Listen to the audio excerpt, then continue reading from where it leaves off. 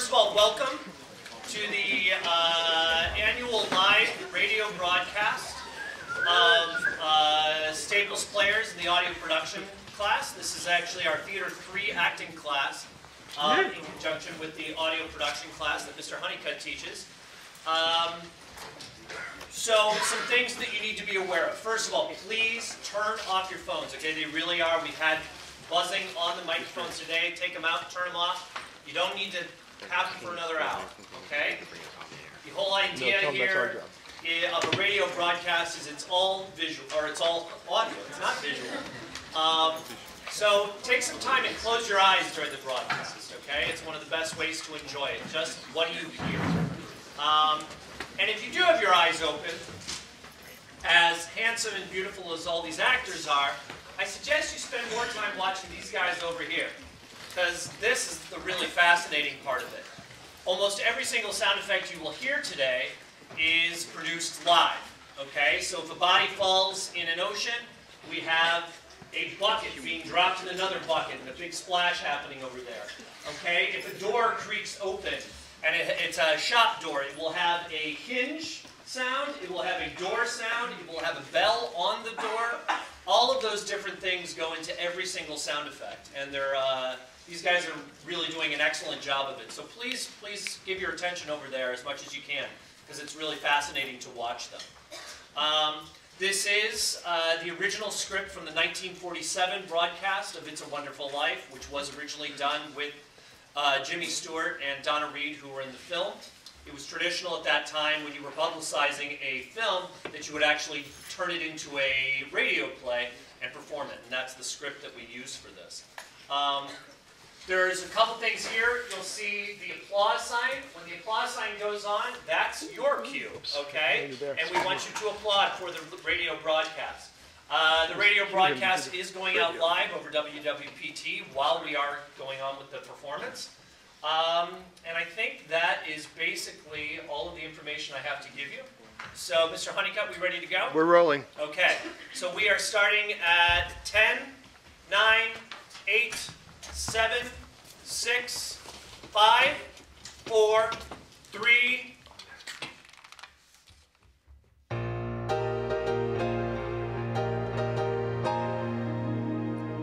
Lux presents Hollywood.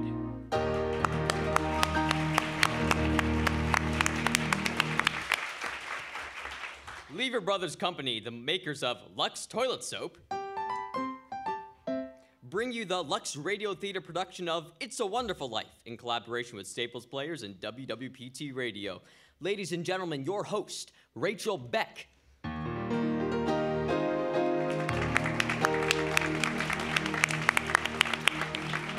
Greetings from Hollywood, ladies and gentlemen. Today, we bring you one of the season's most inspiring hits. Yes, It's a Wonderful Life.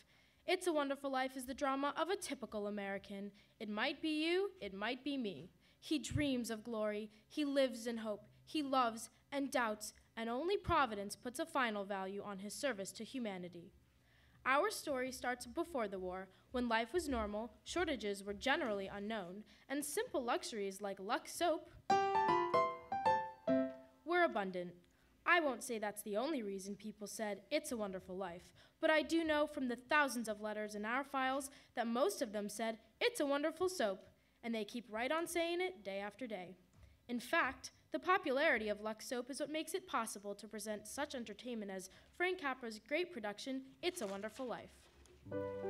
This is a story of George Bailey, citizen of Bedford Falls, New York. George Bailey, who more than anything under the sun wanted to see the world, the wonderful, exciting world that lay somewhere beyond the limits of his hometown. Oddly enough, this story does not begin in Bedford Falls. In fact, it doesn't begin anywhere in the world. It begins in heaven, where the superintendent of angels has just summoned an apprentice angel named Clarence. Oh, I'm really going down to Earth, ma'am? Oh, how splendid! Yes, there's a very discouraged man down there, Clarence. George Bailey. There are an awful lot of people praying for him tonight. Listen. I owe everything to George Bailey. Please help him. Help my friend, Mr. Bailey. Help my son George tonight. He never thinks about himself, God. That's why he's in trouble. George is a good guy. Give him a break, God. I love him, dear Lord. Watch over him tonight. Please, God, something's the matter with Daddy. Please bring Daddy back. At exactly 10:45 p.m. Earth time, he'll be thinking seriously of ending his life. Oh dear, his life. Now, I want you to stop him if you can. Now, sit down. I'll give you Bailey's case history. Ma'am, if I should accomplish my mission, may I perhaps get my wings? I've been waiting over 200 years now, and well, people are beginning to talk. Clarence, what's that book? The Adventures of Tom Sawyer. I was reading it when you sent for me. Fine book. Excellent. Well, you do a good job on George Bailey, and we'll see about your wings. Oh, thank you, ma'am. Now listen, when George Bailey was a boy, 2 events occurred that you should keep in mind. One was when his young brother Harry fell through the ice and almost drowned. George saved him. Brother fell through the ice. George saved him. Ever since, George has had a bad ear. All that icy water, you understand. Bad ear. Yes, ma'am. The other event came a few months later. George used to work after school in Gower's drugstore. One day, Mrs. Gower's only son died of influenza. It was a terrible blow, and poor Mrs. Gower tried to lose her grief in whiskey.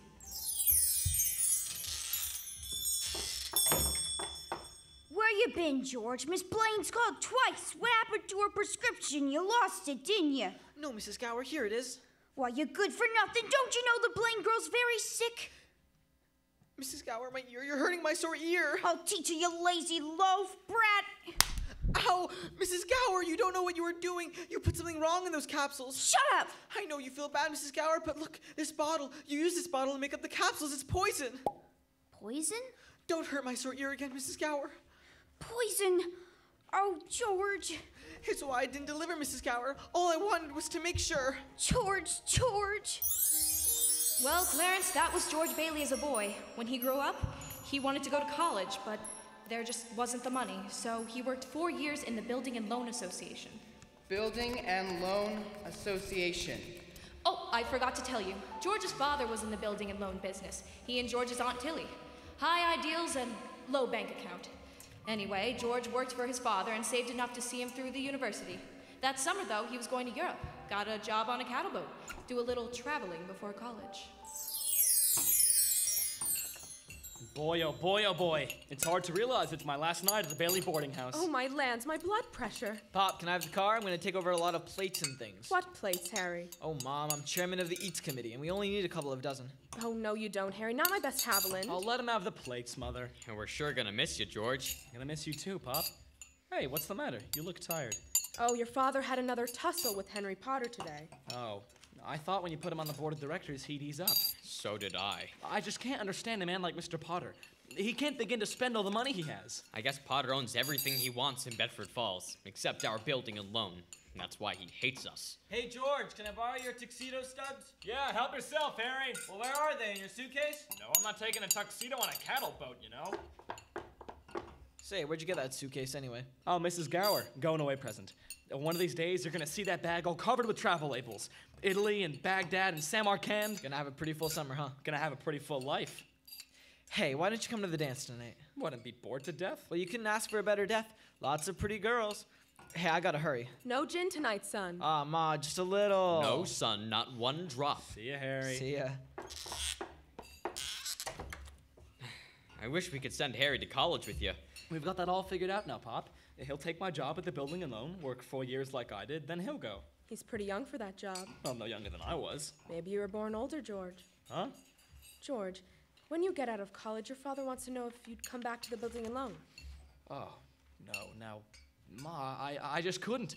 I couldn't face being cooped up for the rest of my life in a shabby little office. Oh, sorry, Pop, I didn't mean that, but it's just this business of nickels and dimes. I'd go crazy. I want to do something big, something important.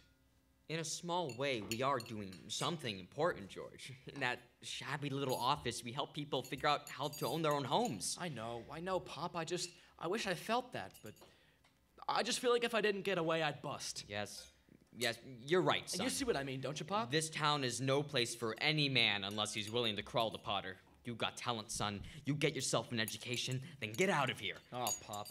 Pop, you want a shock? I think you're a pretty great guy. You too, Ma. Well, thanks, George. Thank you, Georgie. Look, why don't you go to Harry's dance? You'll have a good time. Yeah, well, I don't know. Maybe I will drop in. Maybe I will at that.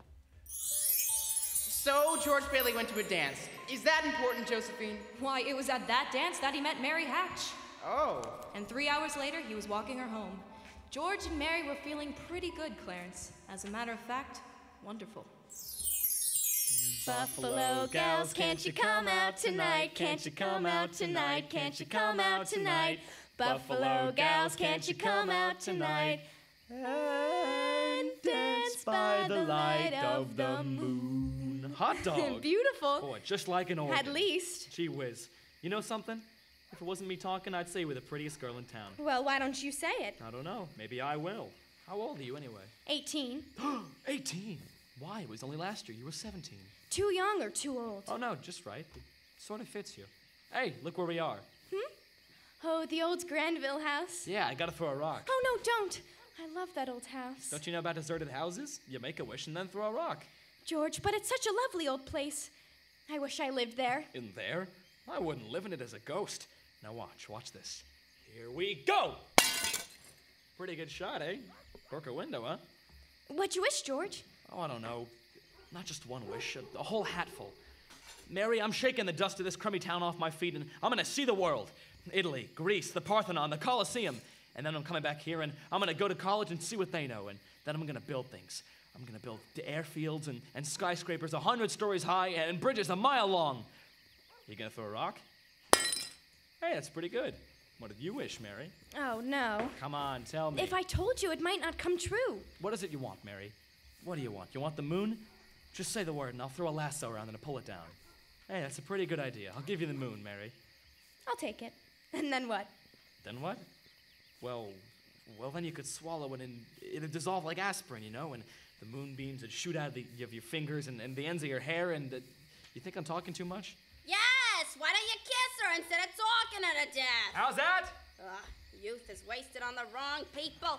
Hey, just a minute, lady. You come on back here, and I'll show you some kissing that'll George! Hey, Aunt Tilly, I'm gonna kiss Mary. Watch. George, get in the car, quick! Your father's had a stroke! What? George, hurry! Well, George's father died that night, Clarence. So, of course, George couldn't go to Europe. But that fall, just as he was ready to leave for college, the directors of the building and loan had a meeting. They were going to appoint a successor to Mr. Bailey. No, we need to dissolve the building. A successor to our dear friend, Peter Bailey. What was that you said, Mr. Potter? I said, as long as Peter Bailey's dead, let's dissolve the building and loan. We don't need it. Now, wait a minute. No, you wait a minute. Peter Bailey was not a businessman. Ideals without common sense can ruin a town. What do we get? A discontented, lazy rabble instead of a thrifty working class. Now, hold on, Mr. Potter. I meant no disrespect, George. Now, wait a minute there. Now, why my father ever started this cheap, penny-ante building and loan, I'll never know. But just remember this, Mr. Potter, that this rabble you're talking about, they do most of the working and paying and living and dying in this community. Well, it's too much to have them work and pay and live and die in a couple of decent rooms and a bath. Anyway, my father didn't think so. People were human beings to him. But to you, a warped, frustrated old man, they're cattle. Well, in my book, he died a much richer man than you'll ever be. I'm not interested in your book. I'm talking about the building and loan. Oh, you're talking about something you can't get your fingers on, and it's galling. That's what you're talking about.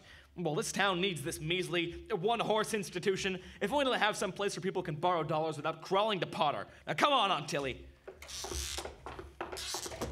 What happened, George? Yeah, all we heard was a lot of yelling. Boy, oh boy, you should have heard George! Yeah, they're in there voting us out of business. Who cares? I can get another job. I'm only 41. 45. Will you get out of here, George? You missed your boat trip. You want to miss college, too? George, we just voted Potter down. We're still in business. Whoopee! We're still in business. We're still in business. But there's one condition, George. They've appointed you to take your father's place. Appoint me? But I'm going to college. Look, this is my last chance. Aunt Tilly, she's the one. George, you gotta take it. They'll vote with Potter, otherwise they said so. They even... I know. George Bailey didn't go to college. That's right, Clarence. He gave his college money to Harry.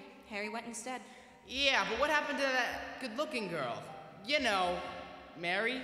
Oh, George saw her now and then. Not very often, though, because Mary went away to school, too. Anyway, George waited 4 years more for Harry to come back and take over the building and loan. He could still see the world. He planned to work in the oil fields, Venezuela. Except when Harry came home on the train, he wasn't alone. There was a girl with him, his wife. There's the professor now. Old Professor Phi Beta Kappa Bailey, All-American. Well, if it isn't old George Geographic Explorer Bailey. What, no husky dogs, no sled? Until you haven't changed a bit. Nobody ever changes around here, you know that. Oh, am I glad to see you. Say, where's Mother? She's home cooking the fatted calf. Come on, let's go. Oh, wait a minute. This is Ruth Dakin. Hello. How do you do? Ruth Dakin Bailey, if you don't mind. Huh? Well, I wired you I had a surprise. Here she is, meet the wife. Well, what do you know? Wife. Well, how do you do? Congratulations. Congratulations, Harry. Why didn't you tell somebody? What's a pretty girl like you doing marrying this two-headed brother of mine? Well, I'll tell you, it's purely mercenary. My father offered him a job. Oh, he gets you and a job? Well, Harry's cup runneth over. George, about the job, Ruth spoke out of turn. I never said I'd take it. You've been holding the bag here for 4 years and, well, I won't let you down, George. I'd like to... Oh, wait a minute, I forgot the bags. I'll be right back. George, that's all Harry ever talks about. Ruth, what about this job? Oh, well, my father owns a glass factory in Buffalo. He wants to get Harry started in the research business. Is it a good job? Oh, yes, very. Not much money, but a good future, you know. Harry's a genius at research. My father fell in love with him. And you did too? Uh-huh. Well, how about that?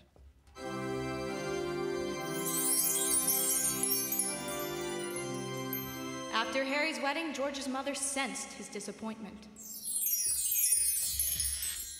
George? Yeah, I'm out of the porch, Mother. Just thought I'd get some air. Well, how do you like your new sister-in-law? She's swell. Looks like she can keep Harry on his toes. Yeah, keep him out of Bedford Falls, anyway. What do you mean? Well, Ruth's father, he's got a wonderful job for Harry up in Buffalo. Buffalo? Yeah. Well, that means you can't... Yeah. George, did you know Mary Hatch is back from school? Yeah? Nice girl, Mary. Oh, stop grunting. Oh. Give me one good reason why you shouldn't call on Mary. Well, Sam Wainwright. Sam's crazy about her. Well, she's not crazy about him. Well, now how do you know that? Did she discuss it with you? Besides, Sam is away in New York. And all's fair in love and war? Oh, all right, I see. Okay, Mother, I think I'll go out and find that girl and do a little passionate necking. Oh, George. Goodbye, Mrs. Bailey. Hey, by the way, do you want any books to the library? Library? George, you go and see Mary, do you hear? George, is that you out there? Oh, hello, Mary. Well, are you coming in? I just happened to be passing by. Oh, I thought you were picketing. Have you made up your mind? How's that? Have you made up your mind? About what? About coming in. Your mother just phoned. She said you were coming over. My mother just... I just happened to be passing by, that's all. Well? Well, I'll come in for a minute. I didn't tell anybody I was coming over here. A fella can even go for a walk. When'd you get back? Tuesday. Where'd you get that dress? Do you like it? It's all right. Well, no point standing on the porch. Come on in. I still can't understand that I didn't tell anybody I was coming. Would you rather leave? No, I don't want to be rude. I'll sit down for a while. It's nice about your brother and Ruth, isn't it? Oh, yeah. Yeah, that's all right. Don't you like her? Well, of course I like her. She's a peach. Oh, it's just marriage in general you're not enthusiastic about, No, marriage is all right for a lot of people. It's all right for Harry, Sam Wainwright, and you. For Sam. Mary! It's George Bailey, Mother. What's he want? I don't know. What do you want? Me? Not a thing. Not a thing. I just came in to get warm. He's making violent love to me, Mother. You just tell him to go right back home. Sam Wainwright said he'd call you tonight from New York, didn't he? I guess so. How about some music? You know, your mother needn't... You know, I didn't come What did you come for? I don't know. You're supposed to be the one that has all the answers. You tell me. Oh, why don't you go home? I don't know why I came in the first place. Good night. Good night. Mary, the telephone. Mary. The way you're shouting, you'd think You think what? Mary. All right, I'll get it. George, on your way out, would you mind shutting off the phonograph? I'd be very happy to. Doggone crazy song. Hello? Sam? Mary, geez, good to hear your voice. How are you, Sam? I forgot my hat. Oh, Sam, I was just talking to an old friend of yours, George Bailey. Old Mossback George? Old Mossback George. Well, put him on. I'll talk to him, too. Wait a second, George. He doesn't want to speak to George. He does so. He asked for him. Did you call me? Because if you did, I'm in a hurry. Sam wants to talk to you. Oh? Hiya, Sam. Hey, a fine pal you are, trying to steal my girl? What do you mean? Nobody's trying to steal anybody's girl. Here, Mary, take the phone. Wait, George. I want to speak to you both. Tell Mary to get on the extension upstairs. He says to get on the extension upstairs. I can't. Mother's on the extension. I am not. We can both hear. Just put your head a little closer. There, that's better. We're listening, Sam. We'll have a big deal coming up that's going to make us all rich. George, remember that time you told me about making plastics out of soybeans? Soybeans? Yeah, soybeans, yeah. Well, my father's checked into it, see? And he's going to put up a factory. How do you like that? Factory, huh? And here's the point, George. I may have a job for you unless you're still married to that old broken-down building alone. Mary? I'm here. You tell that guy I'm giving him the chance of a lifetime, you hear? He says it's the chance of a lifetime. Now you give me that phone. Here's George again, Sam. George! Now you listen to me, Mary. I don't want any plastics, and I don't want any job, and I don't want to get married, ever. To anyone, you understand that? I want to do what I want to do, and you're not going to trick me, and you're... Mary. George. Oh, Mary, darling, I love you, Mary.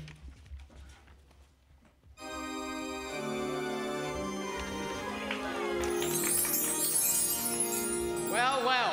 So, George Bailey and Mary Hatch were... Yes, George and Mary were married, and they started off on their honeymoon in Ernie Bishop's taxicab. Hey, where you two going on this here now honeymoon? We're gonna shoot the works, Ernie. A whole week in New York, a whole week in Bermuda. The highest hotel, the oldest champagne, the hottest music, and the prettiest wife. So you're finally getting out of Bedford Falls, huh? Then what? Then what, honey? After that, who cares? Hey, you know, Mrs. Bailey, I haven't kissed you yet. Hey, George, there's something funny going on over there. Look over at the bank. It looks like there's a run. Hey, pull over a minute, will you, Ernie? George, let's not stop, please. Let's go straight to the station. Now, wait a minute. I better see what it is. I'll be right back. George, please. George!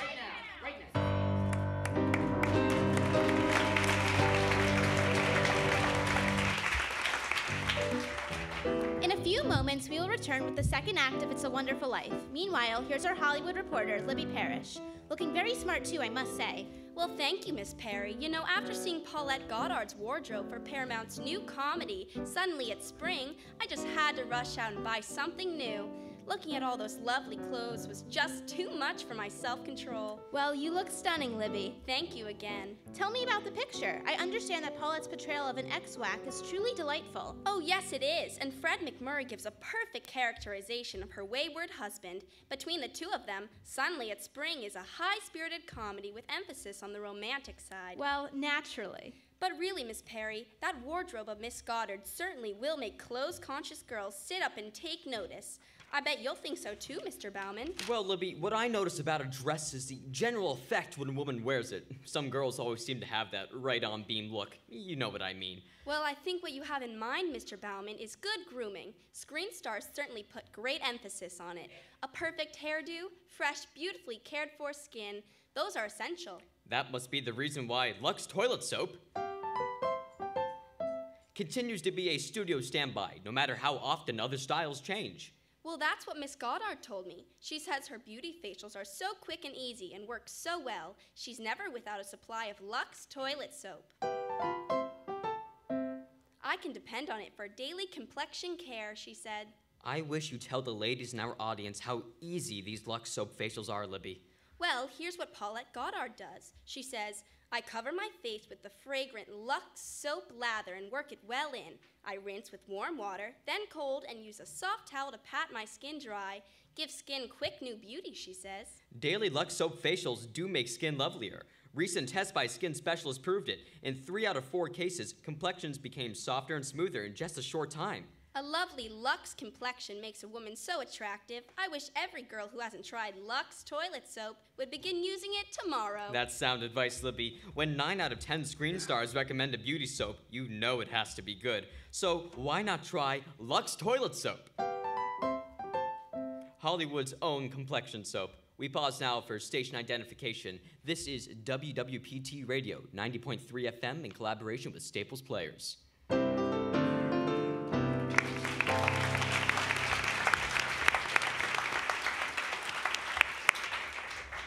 Act 2 of It's a Wonderful Life in collaboration with Staples Players and WWPT Radio. Well, we're back in heaven again, where the Superintendent of Angels is reviewing the case history of a mortal named George Bailey. Clarence, the apprentice angel, is very eager to depart on his mission to the earth. Poor George Bailey. Oh, he's certainly in desperate trouble, Josephine. I'll go to him at once. Now you sit down, Clarence, sit down. We're nowhere near the point where George Bailey is thinking of taking his life. We're not? Now, where were we?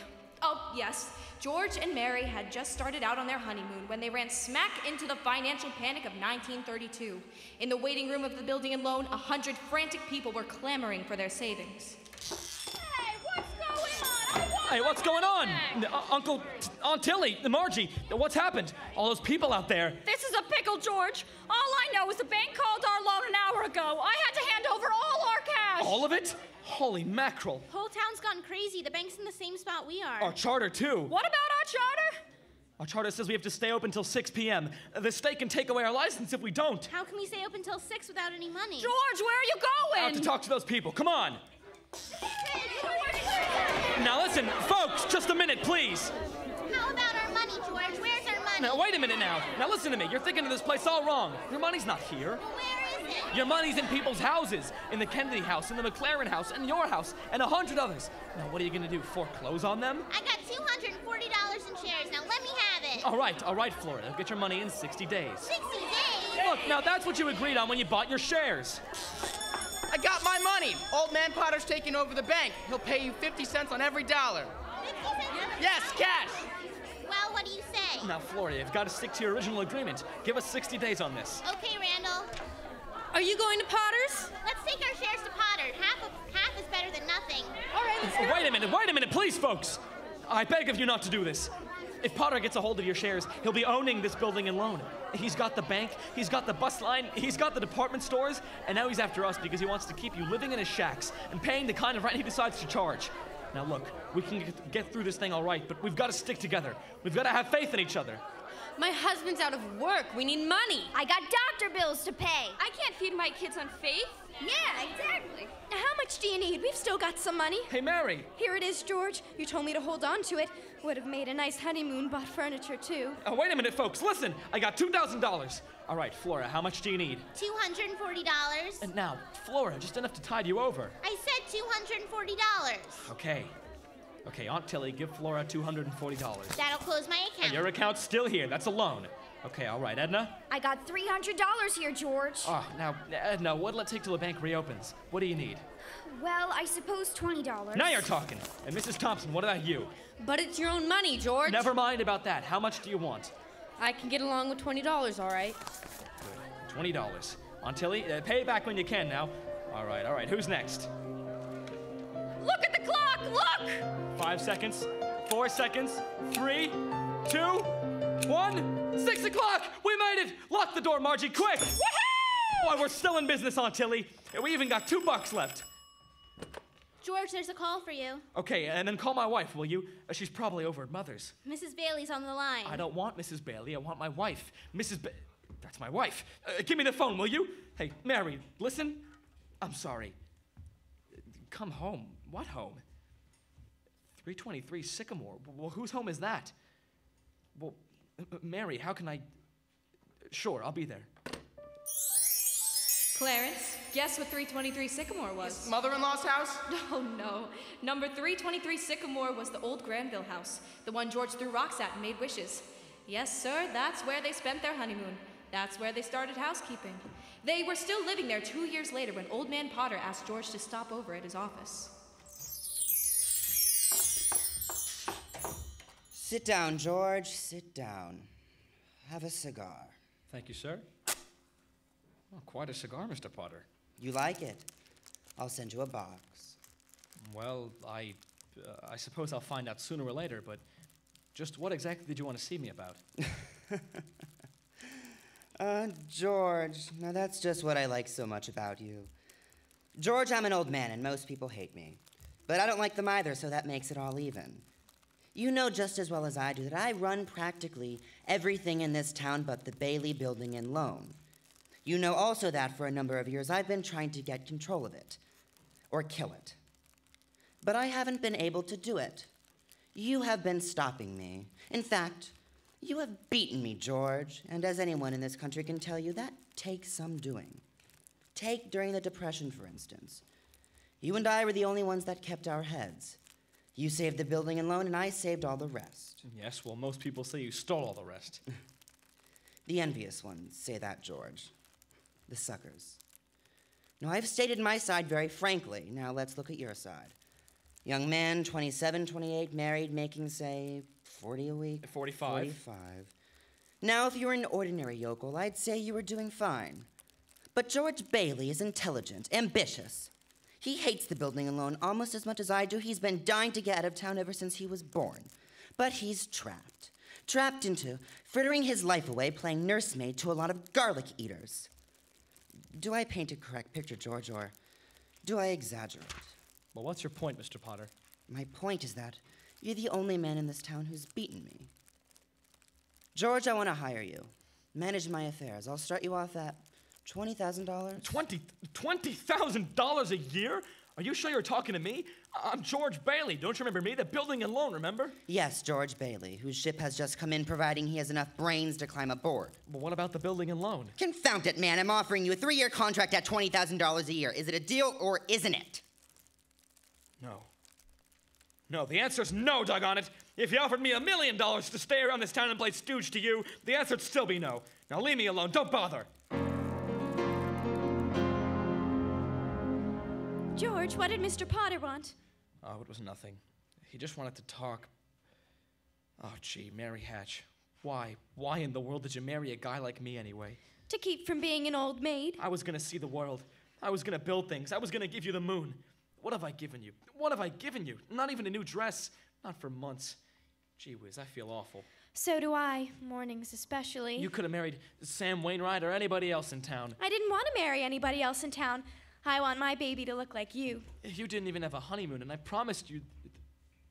Your what? My baby. You mean Mary, you're on the nest? Well, Mary had her baby, Clarence, a boy. How sweet! Then she had another one, a girl. Night after night, George had come home late from the office. Things weren't going good with the building and loan. Potter was really bearing down on him. Then came the war. Mary had another baby by then.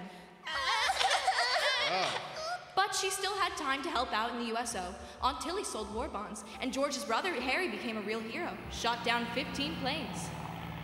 But George, what about George? George was 4F on account of his ear. He was an air raid warden. On VE Day, he wept and prayed. On VJ Day, he wept and prayed again. We're getting pretty close to today, aren't we, ma'am?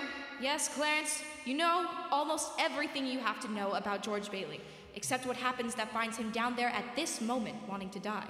Well, ma'am, well? Today's the day before Christmas. Earth time. George is pretty excited. Hey, Margie, look at the newspaper. Commander Harry Bailey, decorated by the president. That's my kid brother, the Congressional Medal of Honor. Gosh, George, gosh. What do you think about that? 15 Jap planes, and the last one he got was just about to dive into a transport loaded with soldiers. You know what that means? He saved lives, hundreds of lives. Gee whiz, where's Aunt Tilly? Gone to the bank, George. She's depositing that $8,000. Good, good. Who's that in her office there? It's that woman again, the bank examiner. Good morning, ma'am. Carter, bank examiner. Mrs. Carter, Merry Christmas. Merry Christmas. We're all excited around here. My brother just got the Congressional Medal of Honor. The president just decorated them. Well, I guess they do those things. I trust you had a good year. Good year. Well, between you and me, Mrs. Carter, we're broke. Okay, very funny. Well... Now, if you'll cooperate, I'd like to finish with you by tonight. I want to spend Christmas in Elmira with my family. I don't blame you at all, Mrs. Carter. Just step right in here. We'll fix you up. Well, well, Mr. Henry F. Potter, come to the bank to deposit some more loot, eh? Out of my way, you old fool. How do you like the news in the paper, Mr. Potter? Just can't keep those Bailey boys down, now can you? Let me see that newspaper. Here. Sorry I can't chat, you old thief. Gotta make a deposit. There you are, Sophie. Deposit slip, bank book, and a very Merry Christmas to you. You too, Tilly. Say you've forgotten something, haven't you? Sophie, I've forgotten things all my life. What is this in this newspaper? Get me out of here, boy. But Tilly, where's the money? What's that? You want to make a deposit? Well, certainly I want Well, to. it's customary to bring the money with you. It's gone! Where'd I put it? Where'd I put that money? A terrible thing, Clarence, terrible. Aunt Tilly couldn't find the money because the envelope with the $8,000 was folded up in that newspaper she gave to Old Man Potter. I just don't know what happened to it, George. I just don't know. $8,000. The bank examiner's here. It's not our money. It belongs to the depositors. George, what are we gonna do?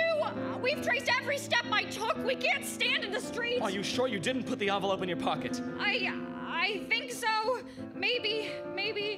I'm no good to you, George. I'm no good. Now listen to me. Think. Think, will you? Try and think. I can't think anymore, George. I can't think anymore. It hurts. Where's that money, you silly old fool?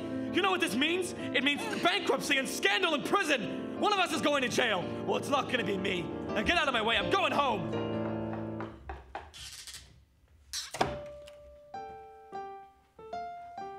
George, dear, what's wrong? You haven't said a word since you came home. That banging on the piano. Does she have to keep playing the same song over and over and over again? I have to practice for the Christmas party, Daddy. What is it, dear? Another hectic day? Yeah, another red letter day for the Baileys. Dad, the Murphys got a brand new car. You should see it. What's the matter with our car? Isn't it good enough for you? I'm sorry, Dad. Run upstairs, Petey, and see if Zuzu's all right. Okay, Mom. Now, what do you mean, see if Zuzu's all right? What do you mean? Oh, she caught a little cold coming home from school. She didn't button up her coat. Well, what is it? What do you mean, just a cold? George, the doctor says it was nothing serious. The doctor? Was there a doctor here? Well, I thought he better look at her. This drafty old house. It's no wonder we don't all have pneumonia. Might as well be living in a refrigerator. Why do we have to live here in the first place and stay around this measly, crummy old town? George, what's happened? Everything's happened. You call this a happy family? Why do we have to have all of these kids? Daddy, how do you spell frankincense? I don't know how you spell it. Ask your mother. Where are you going? Upstairs to see Zuzu. Hello? Oh, thank you, Mrs. Welch. I'm sure she'll be all right. Who's that? Zuzu's school teacher. What? Oh, yes, the doctor says she'll be fine by tomorrow. Yeah, give me that phone. George, please! Mrs. Welsh, this is Mr. Bailey. Say, what kind of teacher are you anyway? What do you mean sending Zuzu home like that, half naked? You realize she'll probably end up with pneumonia because of your stupidity? You know, maybe my kids aren't the best dressed kids in town, but at least they... Hello? Hello? Janie, will you stop playing that lousy piano now? Cut it out, stop it! George, for heaven's sake, what's wrong with you? Sorry. Mary, Janie, I'm sorry. I've just got to get out of here.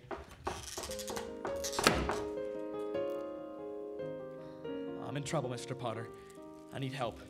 Through some sort of an accident, my company shortened their accounts. The bank examiner's up there today. I've got to raise $8,000 immediately. Oh, so that's what the reporters wanted to talk to you about. The reporters? Yes, they called me up from your building and loan. Oh, there's a man over there from the DA's office, too. He's looking for you. Please help me, Mr. Potter. Help me, won't you please? Can't you see what it means to my family?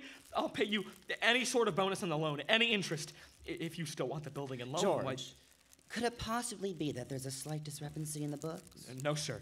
There's nothing wrong with the books. I've just misplaced $8,000. I can't find it anywhere. You misplaced $8,000? Yes, sir. Well, have you notified the police? No, sir. I didn't want the publicity. Harry's homecoming tomorrow. They're going to believe that one. What have you been doing, George?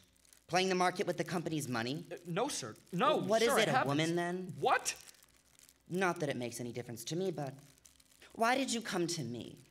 Why don't you go to Sam Wainwright and ask him for the money? I can't get a hold of him. He's in Europe. Well, what about all your other friends? They don't have that kind of money, Mr. Potter. You know that. You're the only one in town that can help me. Oh, I see. I've suddenly become quite important. What kind of security would I have, George? Have you got any stocks? No, sir. Bonds, real estate, collateral of any kind? I have some life insurance, a $15,000 policy. Yes. How much is your equity in it? $500. Look at you. You used to be so cocky. You were going to go out and conquer the world. You once called me a warped, frustrated old man. What are you but a warped, frustrated young man? A miserable little clerk crawling in here on your hands and knees and begging for help. No securities, no stocks, No bonds, nothing but a miserable little $500 equity in a life insurance policy. You're worth more dead than alive. Why don't you go to the riffraff you love so much and ask them to let you have $8,000? You know why? Because they'd run you out of town on a rail. But I'll tell you what I'm going to do for you, George. Since the state examiner is still here, as a stockholder of the building and loan, I'm going to swear out a warrant for your arrest. Misappropriation of funds, manipulation, malfeasance. All right, George, go ahead. You can't hide in a little town like this. Bill, this is Potter. And all the time, Potter had the $8,000 in his desk drawer. It's still there, Clarence. But where is George, ma'am? Where? Well, he went over to Martini's Cafe. He's had a couple of drinks, Clarence. He's just standing there, sort of in a daze. Oh, God. God, dear Father in heaven, I'm not a praying man, but if you're up there and you can hear me, show me the way. I'm at the end of my rope. Show me the way, God. Mr. Bailey, you all right? Don't drink anymore, Mr. Bailey, please. You don't feel good. Bailey? You say Bailey? Which Bailey? This gentleman is Mr. Bailey, George Bailey.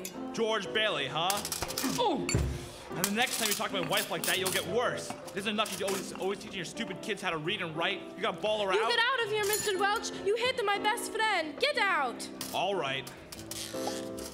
Mr. Bailey, you okay? Who was that? Mr. Welch, but don't worry. You don't come in this place no more. I got something for your face. It's a bleeding. No, I'm all right. Now, where's my insurance policy? Oh, here it is. Please don't go, Mr. Bailey. Leave me alone. Oh, no, please don't go this way, Mr. Bailey. Leave me alone! Well, George left Martini's Cafe 5 minutes ago, Clarence. He's at the river now, on the bridge, looking at the water. Are you ready, Clarence? All ready, ma'am. Very well. Save George Bailey's life and you'll get your wings. My wings? Oh, thank you, Josephine. George Bailey, get away from that bridge. Do you hear me? George! George!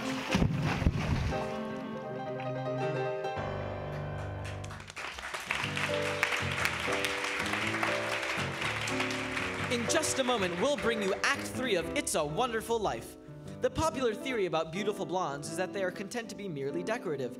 Our lovely guest tonight, Miss Susan Blanchard, completely disproves that idea.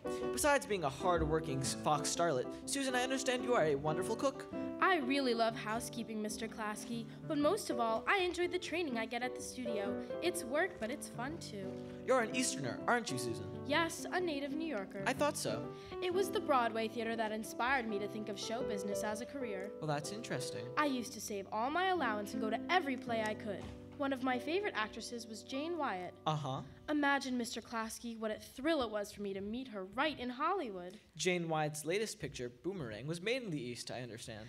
Yes. But she and Dana Andrews, who stars in Boomerang with her, were in Hollywood to see a studio showing of the picture. Oh, I see. Jane Wyatt is my ideal of a stage and screen star. So talented and so lovely to look at. Just as lovely in real life, too. She is indeed.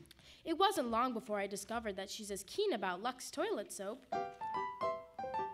for beauty care as I am. You know, I'm a Lux girl, too. We're glad to hear you say that, Miss Blanchard, because that's a very beautiful Lux complexion I see before me. Just right for blue eyes and ash blonde hair. Thank you, Mr. Bauman. Any girl in pictures is delighted to find out about Lux toilet soap. As a beauty care, active lather facials are so quick and easy, and they really make a difference in your skin. Thousands of busy, attractive women have discovered that, Miss Blanchard. Daily Lux Soap complexion care does make skin lovelier. Otherwise, it wouldn't be the choice of 9 out of 10 screen stars, like this lovely starlet, Miss Susan Blanchard. Lux toilet soap is all-around beauty care for me. I use it as a bath soap, too. It has such delightful perfume, leaves a lovely fragrance on the skin. Thank you, Miss Susan Blanchard. I hope our audience will be seeing that lovely Lux complexion of yours in the screen close-up one of these days. Now, back to our host, Miss Mackenzie Lavoie. Act 3 of It's a Wonderful Life, presented by Staples Players and WWPT Radio.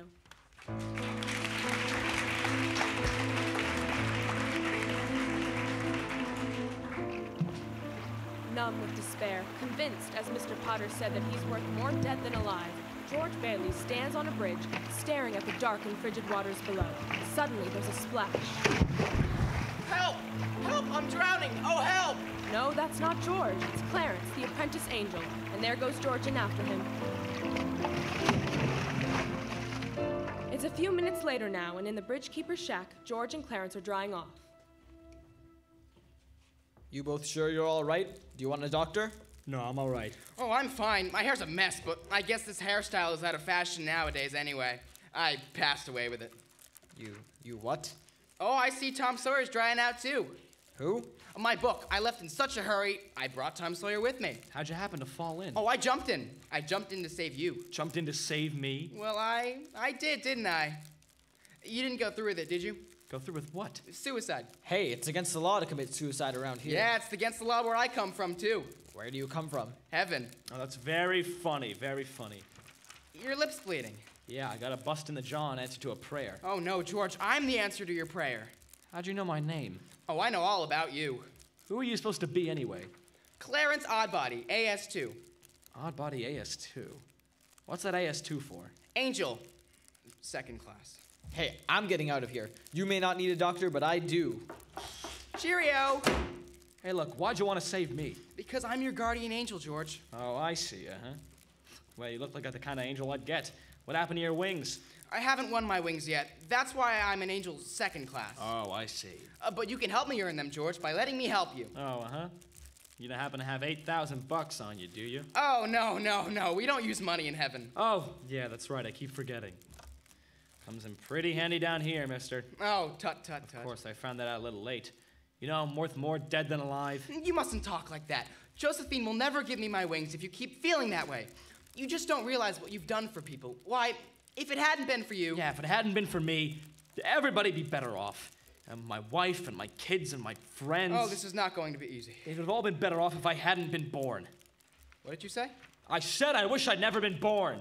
George, that's wonderful. Wonderful? What? The idea you just gave me. You got your wish. You've never been born. I've never been born. Exactly. No worries, no $8,000 to get nothing. You simply don't exist. All right. Okay, all right. George, I can do things, strange things. I can show you the world, George, the way it would be if you hadn't been born. Hey, wait a minute. This ear of mine. Say something else in that bad ear. You don't have a bad ear anymore. Oh, I don't think you're concentrating. Don't you see? You're not the George Bailey you think you are. You're nobody. That's the doggonest thing. That ear, Your lip has stopped bleeding too, George. Yeah, say, what's happening around here? What is this, anyway? I need a drink. That's what I need. What about you, Angel? You want a drink?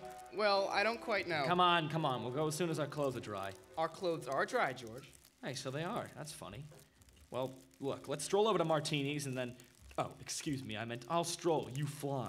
No, I don't have my wings. Oh, you don't have your wings yet, that's right. I forgot that again. A couple of drinks and we'll both fly. What'll you have, fellas? Hey, where's the boss? Where's Mrs. Martini? Look, wise guy, I'm the boss, see? Oh, okay, well, double scotch, quick, will you? What's yours? I would just love some mulled wine. Huh? Heavy on the cinnamon and light on the cloves. Off with you, lad, and lively now. Hey, look, mister, we serve hard drinks in here for men who want to get drunk fast. We don't need any characters around here to give the joint atmosphere. Is that clear? We're not to throw you out of here for a convincer. Oh, come on here, just give him the same as my order. He's okay. 2 double scotches. What happened to this place? It's all changed. All of Bedford Falls has changed. You're having your wish, George. You've never been born. Oh, there'll be lots of things you've never seen before. Oh, good. Somebody's just made it. Made what? Every time a bell rings, it means some angel's got his wings. What'd you say? Look, Clarence, I don't think you better talk about angels around here. Don't they believe in angels? Oh, yeah, they believe in them, but, it's just, Then why should they be surprised when they see one? Don't mind him, bartender. He's just a little old-fashioned. How old are you anyway, Clarence? Well, next May, I'll be 293. That does it. I call it pixies, eh? Go, get, you hear me? Get. Look, Nick, what's wrong? And that's another thing. Where do you come up calling me Nick? Well, Nick, that's your name, isn't it? What's that got to do with it? I don't know you from a hole in the ground. Hey, you, lady, you damn lush. They tell you never come panhandling around here? George, look. Hey, it's Mrs. Gower. And Mrs. Gower, listen. Mrs. Gower, don't you know me? This is George Bailey. You buy me a drink, mister? Just one drink, will you, mister? Pinky, throw the lush out. Oh, no, please, Hey, bartender, that's Mrs. Gower, the druggist. One drink, please. That drunk spent 20 years in jail for poisoning some kid. If you know, you must be a jailbird yourself. Pinky, here's 2 more. Get him out of here. Oh, get up, George. It's a good thing he threw us in that snowbank, eh? Where's Mrs. Gower? Mrs. Gower doesn't know you, George. You see, you weren't there to stop her from putting poison into that prescription. What do you mean I wasn't there? Look, tell me, what are you, a hypnotist? George. Well, why am I seeing all these strange things? Don't you understand? It's because you were not born. Then if I wasn't born, who am I? Nobody. You have no identity. What do you mean, no identity? No papers, no cards, no driver's license, no 4F card, no insurance policy. Suzu's bell. What? Suzu's bell. I bought my little girl a bell to hang on the Christmas tree, and I forgot to give it to her, and I got it in my... It's gone.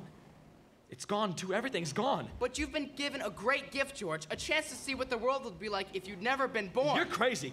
You're crazy as a bedbug, and you're driving me crazy too. Now look, I'm going home to my wife and family. Understand that? And I'm going home alone. Better not leave him alone, Clarence. Keep following him. Josephine, I'll stay near him, ma'am. Poor George. He's seeing Main Street now, the way it would be if he hadn't lived. The thing that's really shocked him is the building and loan office. You know what's there now? A pawn shop. What's he doing? Can you see? He's talking to Ernie Bishop, the taxi driver. He wants to go home. You'd better tag along, Clarence. Oh, I will, ma'am. I will. Come on, step on it, Ernie. Get me home. I'm going crazy. Well, where do you live, buddy? Oh, tug on it, Ernie. Don't you start pulling that stuff on me. 323 Sycamore. 323 Sycamore? Yeah, hurry up. Suzu's sick. Okay, buddy. Hey, look, Ernie. I don't know what's happening. I'm going crazy or something. I must have got some bad liquor. Now look, tell me this now. You're Ernie Bishop, right? And you live with your wife and kid down in Bill. You seen my wife? Seen your wife? I've been to your house 100 times. We built it for you, didn't we? Look, bud, my wife took the kid and ran away 5 years ago, and I ain't seen you before in my life. Okay, Ernie. Okay, just step on it. Get me home.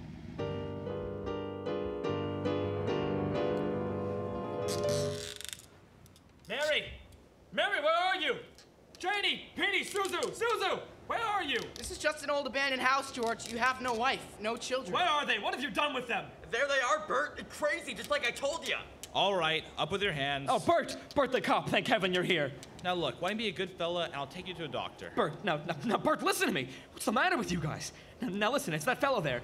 He says he's an angel. He tried to hypnotize me. I'd use my nightstick, but I guess I'd... Ow! Run, George, run! He can't hit you while I'm fighting him. Ah! George, run! My teeth aren't what they used to be. Josephine, help! Josephine! Where'd they go, Ernie? Where'd they go? I don't know. They just disappeared. Clarence! Oh, Josephine, I hope you don't mind my calling on you like I did. It was very irregular, Clarence. You're by yourself again. Where's George? He's at his mother's house, ma'am. Oh, I mean, you better find him right away. Oh, and stop fighting policemen, Clarence. Well? Mother, what do you want? Mother, this is George. I thought sure you'd remember me. George who? If you're looking for a room, there's no vacancy. Oh, Mother, please help me. Something terrible's happened to me. I don't know what it is. Something's happened to everybody. Please let me come in. Keep me here till I get over it. Get over what? I don't take in strangers unless they're sent here by somebody I know. Well, I know everybody you know. Aunt Tilly, your sister-in-law. You know her? Well, sure I do. When'd you see her last? Today, over at the house. That's a lie. She's been in the insane asylum ever since she's lost her business. And if you ask me, that's where you belong. My mother. My own mother didn't even know me. If only Harry were here, if my brother were only back from Washington. Your brother fell through the ice and was drowned at the age of 9. That's a lie. He got the Congressional Medal of Honor. He saved the lives of every man on that transport. Every man on that transport died. Strange, isn't it? Each man's life touches so many other lives. Harry wasn't there to save them because you weren't there to save Harry. Don't you see, George? You really had a wonderful life. Don't you see what a mistake it would be to just throw it away? Clarence. Yes? Where's Mary? Please, where is my wife? I'm not supposed to tell. Tell me where she is. You're not going to like it, George. She's an old maid. She never married. Where is she? I'll choke it out of you if I have to. Where's my wife? The library. She works there. She's just about to lock up for the night. So George, come back. Oh, there must be some easier way for me to get my wings. Mary! I'm sorry, the library is closed. Mary, it's George. Don't you know me? No, I don't know you. Let me go! Mary, please don't do this to me. Please, Mary, help me. Where are our kids? I need you, Mary. Help me. Mary! Get away from me! Help! Mary, I'm George! Clarence! where is he, Josephine? Where's George? I'm afraid I've lost him, ma'am. You knew you shouldn't have let him try to see Mary. Now they're after him, a mob. They think he was trying to hurt her. Josephine, I won't even get one wing, will I? You have one more chance, Clarence. Get over to the bridge by the river. I think George has seen just about enough. But the mob. Don't worry, they've lost him too. Now hurry up. Oh, thanks, Josephine. Thank you. Clarence! Clarence! Clarence, where are you? I'm here, George. Help me, Clarence. Get me back. I don't care what happens to me. Only get me back to my wife and kids, please. I want to live again. Oh, thank you, George. Thank you, Lord. I want to live again, please. Oh, God. Please let me live again. George, is that you down there, George? Now, get out of here, Bert. Get out of here. You get any closer and I'll let you have it. What the Sam Hill are you yelling for, George? Come on. George. George. Bert, do you know me? Know you? I've been looking all over town for you. Where you been? Bert. Bert, I'm alive again, Bert. You sure you're all right? Hey, your mouth's bleeding. It is? Hey, my mouth's bleeding. Bert, look at the blood coming out of there, would you? Suzu's Christmas bell, Bert. I had it in my pocket. Here it is. Hey, it's in my pocket. How do you know about that? Hey, Merry Christmas, Bert. Well, Merry Christmas. Get in the car. I'll drive you home. You will, Bert? Well, do that and turn the sirens wide open, huh? Merry Christmas, Bedford Falls! Merry Christmas, old building and load! Merry Christmas, Mr. Potter! Yippee! What's with all these people? These reporters? Well, Merry Christmas, reporters! Hey, Mrs. Bank Examiner, Merry Christmas! Mr. Bailey, there's a deficit. I know, $8,000, I'll bet, huh? George, I've got a little paper. I'll bet it's a warrant for my arrest. Isn't that wonderful? Merry Christmas. Hey, where's Mary, do you know? Oh, look at this wonderful old drafty house. Isn't it wonderful? Have you seen my wife? Where's Mary? Merry Christmas, Daddy! Kids, hey, kids! Pete, Janie, Tommy. Oh, I could eat you up. Where's your mother? She went looking for you, Daddy, with Aunt Tilly. Daddy! Suzu! Suzu, my little ginger snap, how do you feel? Fine, Daddy. Not a smidge of temperature. Not a smidge of... Hallelujah! George, darling! It's Mommy. Mommy's home. Mary! Mary! George, darling, where have you been? Oh, George, Mary, George, just let me George. touch you. Oh, you're real. You have no idea what's happened to me. George, you have no idea what's happened either. They're on their way here. Who's on their way? Oh, the police department, the FBI, the National Guard.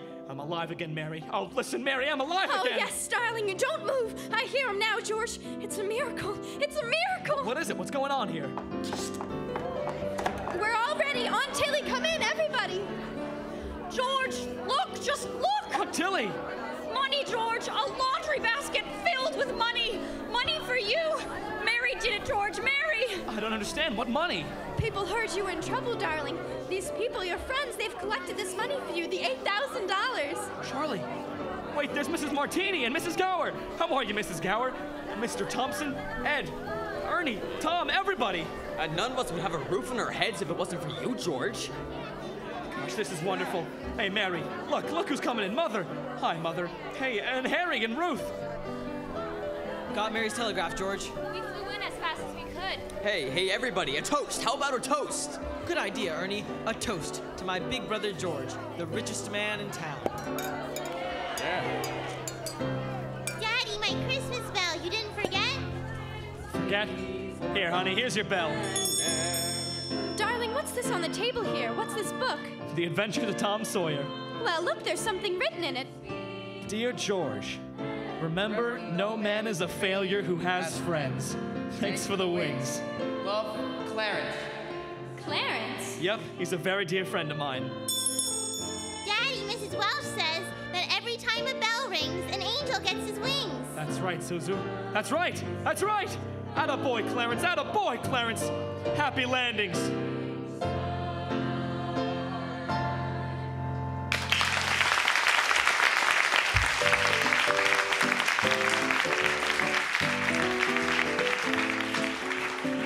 Thank you for listening to the Lux Soap Presents It's a Wonderful Life, brought to you in collaboration with Staples Players and WWPT Radio Westport. We would like to give a special thanks to our musical director, Don Rickenback, and the Staples Players lighting and maintenance crew. Good afternoon and happy holidays.